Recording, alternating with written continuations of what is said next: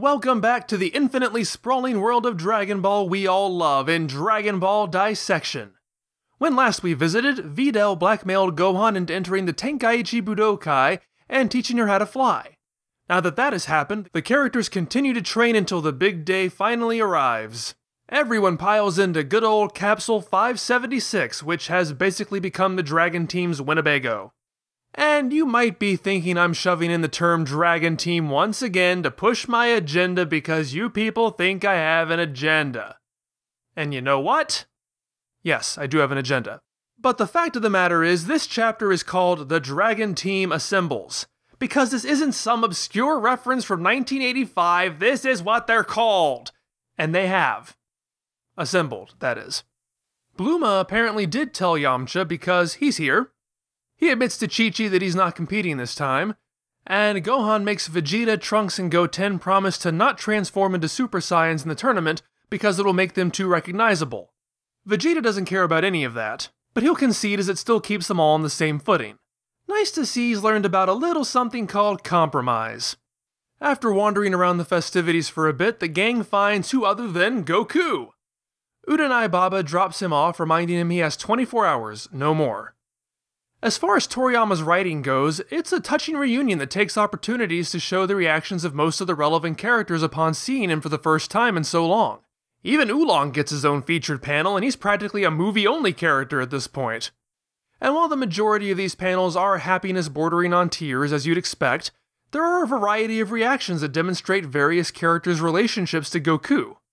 I think it's interesting that number 18 is a background element in Oolong's panel, despite her being a more modern and focal character at this point. But the fact of the matter is, she's never met Goku, and he only briefly saw her when she was covered in mucus and unconscious. There's nothing approaching the bond that, say, Chi-Chi, Yamcha, Kuririn, and Bulma have with Goku. It would have been all too easy for a hack writer to simplify things and have every single character mob Goku, because that's probably mirroring what the audience is feeling. Everyone loves Goku! But Toriyama knows these characters well enough to tailor their reactions to their individual temperaments and relationships.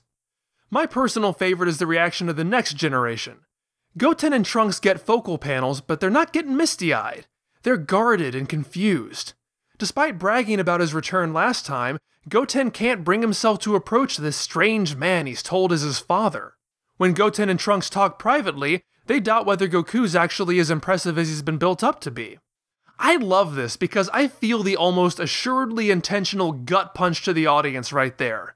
Who are these little brats who can't appreciate how awesome Son Goku is? But it's real.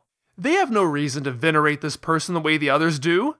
This is no longer the world as Goku knows it. And this reunion is throwing the kids into a world that's not theirs. It's especially hilarious coming from Trunks. This moment puts a huge spotlight on the differences between this Trunks and the Trunks we knew in the last story. They both grew up without a Goku, that's true. But that Trunks did venerate Goku. He bought into the stories he was told, put all of his hope into Goku. He risked the wrath of his father by cheerleading for Goku. This Trunks? He doesn't look as good as my dad. Continuing into the next chapter, quite a bit of page space is devoted to Goku catching up with various characters. He has to be reminded that Kuririn is not, in fact, bald. He's blown away that Kuririn in number 18 could have a child. He has no problem telling reporters that he has a halo because he's dead. The story even throws in a reference to his difficulty telling men and women apart when he encounters short-haired Videl. There are so many wonderful character interactions in the next few chapters that I don't know how I'm going to work them all in. But I do have to say this. When I released Part 2, several of you disagreed with me for assuming that that was the point where Toriyama gave up on Gohan and gave Dragon Ball back to Goku. Not that it didn't happen, but that it's not clear it happens here. The quote of Toriyama's I provided does not specify exactly when he came to that decision. As such, as far as I understand, they argue that it's possible that such a turning point could have and does come at later moments. Not to jump too far ahead, but it is true that not unlike the Frieza and Cell storylines, several characters pass around the hot potato of hero guy, with plenty of fake-outs along the way. And yes, to an extent my statements are interpretations, albeit what I consider to be logically extrapolated from Toriyama's own words on the subject. So it is possible, and I appreciate the opportunity to examine this from a different angle. But I'm not convinced. Those later moments, as I just said, are not unique to this arc. It's pretty much Toriyama's ingrained structure at this point. This is where all the whiplash-inducing focal changes occur, which includes suddenly returning Goku to the story after making a big deal about removing him from it. At the end of the day, though, I feel the point is moot. For the sake of argument, let's say that Toriyama at this point in time did not bring Goku back for the purpose of usurping the lead role from Gohan. He's just here to bolster the story, or provide some fan service, depending on how cynical you want to be. But even if that was the intention, that's not what makes it onto the page. The second Goku returns, he becomes the focus again. Remember how I said that I was okay with certain characters being dropped because it made sense that with Gohan as the lead character, supporting cast members would naturally only be as relevant as they are close to Gohan's orbit? Well, that orbit has shifted. This is not Goku guest starring on Gohan's series. Goku takes center stage from the moment he arrives and holds on to it pretty constantly from this point on. Gohan? Well, aside from these meta discussions, I've barely mentioned him this episode. He has fallen back into his role as a supporting cast member. And look, obviously Goku is going to pull focus right now because he has just arrived and he is where the excitement is. But when the dust settles and the excitement is worn off, the story is still going to be centered on and driven by Goku. In just a moment, the story is going to find a way to dump Gohan so that it can further indulge in nostalgia of Goku and friends. And that continues. Goku makes the plans, he leads everyone into action. Where's Gohan? Unconscious. Goku makes the plans, he leads everyone into action. Where's Gohan? Unconscious. That's admittedly reductive. Gohan is actively involved in the upcoming story many times, but most of the momentum is with Goku from this moment on. I could joke that being shoved to the background is a clear sign that Gohan is the main character, and that Goku getting all this attention means he's not, since that's how Dragon Ball's operated for quite a while. Okay, got the cheap shot out of my system. Maybe it was intentional. Or maybe when Toriyama put these characters together in a situation, Goku's personality naturally drove the story that way. But as I see it, why it happened doesn't matter because regardless, it's exactly what happened. And that's not a complaint. If it works, and a lot of this does. The focus might have changed, but Toriyama retains a lot of the charm and cleverness that permeated the high school segment. While I can deride the motivations here that have seemingly returned the story to a comfortable status quo, the point for the characters is that this is anything but. This is no longer their tournament. It's weird and uncomfortable. It's huge and spectacular. The main attraction is a narcissistic con man whose every misstep is slavishly rationalized by his indoctrinated sycophants. At the risk of sounding like a hipster, the Tenkaichi Budokai has sold out. While these characters have outgrown the tournament has likewise outgrown them. That's not only a wonderfully awkward position in which to put them, it also provides a fresh new twist on a dated formula. This tournament has a youth division. Unlike the good old days where a kid could end up pitted against grown men quadruple his size, I guess parental activist groups are a thing in the Dragon Ball world. As such, the tournament's pushing a condescending kids-only spectacle to pander to the PC crowd. Trunks and Goten are shuffled off to that, much to their chagrin and Kuririn's elation. Especially given that kids through age 15 are forced to compete in the youth division, it's interesting to think about how certain previous tournaments would have played out a Goku come-of-age in a setting like this. I really think this is a fantastic idea. The chip on Trunks' shoulder due to this is going to pay off in a hilarious way. But consider that one of my problems with the 23rd Budokai arc was how crowded it felt. With the build-up of so many characters, there was not a single finalist we didn't know. It was very insular. Even then, Chaozu and Yajirobe had to be denied slots, and Yamcha and Kuririn were summarily dismissed early on. This tournament attempts to remedy this problem in a few ways, one of which is by doubling the number of finalists. The other is this junior division. It allows a fun Trunks vs. Goten fight to put some focus on them, whereas they might have gotten lost in the shuffle otherwise. That in turn keeps them from likewise hogging the spotlight from the adult characters. It's good streamlining and a funny narrative hook all on its own. The updated battle arena is a fantastic representation of the new tone and style. I prefer the classic look with its old world charm, but even though it's somewhat meant to look flashy for the sake of flash, a lot of the changes actually make quite a bit of sense. I like that the ring has an open floor plan now. You can fall out of bounds on all four sides rather than butting up against a wall or going through a wall and not having it count. And the addition of stadium seating as a quality of life improvement I would very much appreciate were I a spectator.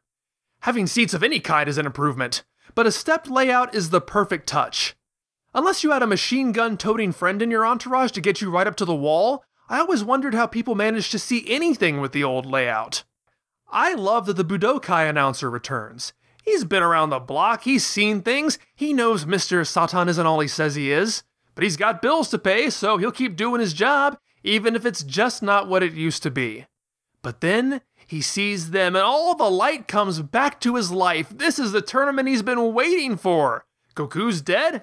Whatever, he's seen weirder. But this is all going to be worth it once these amazing battles happen, and you guys totally wouldn't let down your old friend the announcer by skipping out early, would you? Would you? The only weird thing is when he's all, "Oh, my good buddy Piccolo, just don't destroy the ring this time." The handling of Piccolo feels like the one marred spot in regards to this writing. It's the antithesis of the naturalistic reaction to Goku's return. With Piccolo, it feels like Toriyama wants to have his cake and eat it too, indulging in nostalgia without considering the logic. You'd think the announcer would be the one character who would freak out over seeing Piccolo. He's savvy enough to actually remember who Piccolo is, but he's missing a lot of context. The last time he saw Piccolo, he was doing stuff like this. And this. And the announcer was doing stuff like this. I don't think he'd be this cavalier over seeing him again. I suppose I could assume he had a similar experience as the Nation King, where he saw the Cell games on TV, recognized both Goku and Piccolo, and has had 7 years to process that he's helping now. Okay, fine. But that still doesn't explain the rest of this. The announcer is literally the only person who seems to recognize Piccolo, even among tournament staff who you'd think would have a similar perspective. There's even a gag where one of the attendants worries about his green complexion. Yet Piccolo later says he's afraid of causing a panic by registering under his real name, so instead he adopts the clever alias of Ma Jr. Really? Do I even need to explain how that makes no sense? Yeah, why not? These people are stupid, to be sure. So stupid that they don't recognize the guy who destroyed this entire tournament, presumably the reason why the event was discontinued for over a decade. Piccolo wasn't just some strong fighter who destroyed the ring. He was a diabolical tyrant who admitted to wanting to kill everybody and take over the world. Here you are grumbling over the new look for the tournament when you're the reason it had to be rebuilt in the first place. And nobody cares! Not even the one guy who actually knows who you are and what you did! You already decided to wear the same outfit you wore last time. You could walk around carrying a lottery box filled with district numbers while shouting how you can't wait until May 9th, and you probably wouldn't even have a single person assume you're a cosplayer. These are clearly not people you need to disguise yourself in front of. But, okay. Presumably, he chose his name when he registered, before he encountered the absolute stupidity on display here. Better to be safe than to be sorry, right? Well, no, because there is absolutely nothing safe and everything sorry about choosing the one alias you've already used before and exposed your true identity under. By what logic do you justify calling yourself Ma Jr. at the Tenkaichi Budokai if you're trying to hide the fact that you're Piccolo? And naturally it works. If these people didn't know who you were before your clever disguise, why would they figure it out after such a polished veneer? This is stupid in so many ways it becomes recursive. Why is the series trying to sell me on completely contradictory things? It'd be as if I told you, don't light that match, there's a gas leak in here. Don't worry, I'll protect you by shooting you with this flamethrower. Am I supposed to believe that people would recognize the name Piccolo but not his face? Am I supposed to believe they would recognize the name Piccolo but not Ma Jr.? At what station do I hop aboard the moron train in order to get the full ride? I swear though, I'm having a good time. But it honestly would have made a lot more sense if Piccolo was just screwing with everybody, seeing how many overt Piccolo references he could stack before people caught on. It would certainly make him more interesting than he's been in years. Then there's the punch machine. This is another change I'm quite fond of. Rather than the single elimination preliminary matches of the past, This tournament decides its finalists through the 16 highest scores on this machine. Again, I prefer the classics, but while it's not readily apparent from this perspective, this isn't actually a tournament arc. And I do think Toriyama has some awareness of this. So unlike the unbalanced attention given to setting up Great Saiyaman, this tournament isn't going to get bogged down in the details by devoting multiple chapters to preliminaries, especially given that it's covering 2 separate tournaments. But it doesn't feel like a cop-out because this premise is funny in its own right. It gives the characters a chance to demonstrate their fish-out-of-water nature, but in a different way than simply beating people up. They try their best to minimize their scores, but they blow Mr. Satan's reading out of the water with no effort. The gag culminates in Vegeta abandoning pretense and simply destroying the thing. I love it. Because it's entertaining, the substitute doesn't cause the story to feel rushed. Structurally, I feel it continues to demonstrate the mindset of this tournament. Hitting a punching machine while ensuring the strongest people get in removes fighting skill entirely from the equation. It's another sign that the tournament has lost what's made it meaningful through its association with Mr. Satan. That said, I find it reminiscent of the battle powers from the middle of the series, and I can't help but wonder if there's a self-referential dig in here somewhere. Does Toriyama possess that level of awareness? I would love to think so. That brings me to Mr. Satan. While he has appeared on a chapter title page and his daughter is featured prominently in the arc, the man himself doesn't show up until this point. And he really hasn't changed all that much. If anything, he seems to be more sure of himself and more secure in his image. Obviously, he's received 7 years of adoration for saving the world from Cell. Now he's minutes away from facing his greatest fear, the return of the people who could easily reveal him as the charlatan he is. It's fun to think about. He entered Dragon Ball arrogant beyond belief, but he had no reason then not to be, other than good taste. He was the combat sports champion after all. If he truly believed himself to be the strongest person in the world, then how is this challenge to Cell any different than Goku hurrying to defend the world from Nappa and Vegeta? You know, again, aside from good taste. Ignoring the whole Piccolo thing, since everyone else is, as ridiculous as it seems to us and the lead characters, why wouldn't Mr. Satan believe Cell's powers were bombs and tricks? However, the Cell games changed him. He learned all of this was real, that his powers were nothing compared to these other people, and he knowingly took credit for something he didn't do. He alone knows the world is different. But he has also absorbed 7 years of hype, which is plenty of time to reinforce the worldview he wants to believe. So I do wonder, at this particular point, how much of his bluster is real and how much of it is an act? Does he really still buy into the idea that he's unbeatable? Maybe he's convinced himself those people or others like him will never come back. Maybe he feels trapped in this role to the point that he can't act any other way. It's his whole identity. He must act like he's the greatest thing since Betty White because that's what people expect. I ask because there seems to be ample evidence of both possibilities. He appears genuinely full of himself. He certainly doesn't express any need to train to stay competitive. But at the same time, and this is speculation on my part, many of the changes to the structure of the tournament could be interpreted as helping ensure Mr. Satan remains on top. Think about it. Mr. Satan is automatically seated in the finals because he's the reigning champion. That never happened before. Jackie Chun and Ten Shinhan still had to duke it out with the riffraff when they returned. And then there's the fact that the preliminaries are a punching machine. Is that to make it easier for Mr. Satan to win? Maybe he can tank a punch, but would be in trouble if the tournament still used a qualification method that could favor a more agile or technically skilled martial artist. Due to his celebrity, he possesses a larger amount of clout than any previous champion we've seen. Mr. Satan is the face of the Tenkaichi Budokai, and the tournament clearly benefits from the exposure granted by his involvement. It doesn't seem even remotely unlikely that Mr. Satan could and would leverage that position to reorganize the structure of the tournament to maintain his reputation. Then again, the tournament itself has everything to gain by ensuring Mr. Satan's reputation remains intact. We know the announcer has realized the truth. Assuming any other members of the staff remain from the old days, it would make sense if they knew it too, although my earlier rant about Piccolo casts some doubt on that. But it feels almost as though he's purposely sheltered. I mean, the guy can't even take the stage without making an ass of himself.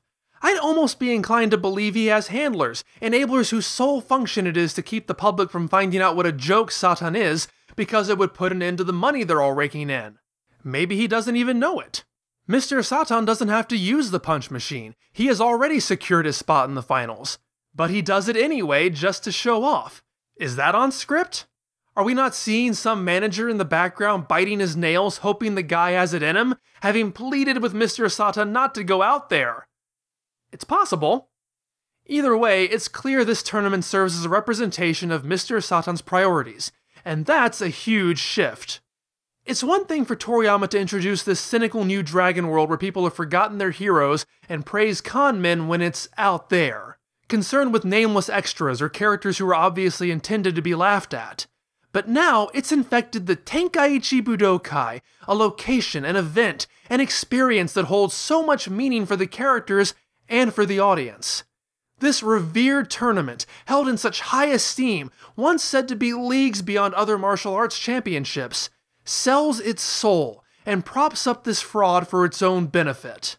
Even the kindly announcer, our friend, who admits to knowing better, is perpetuating this lie.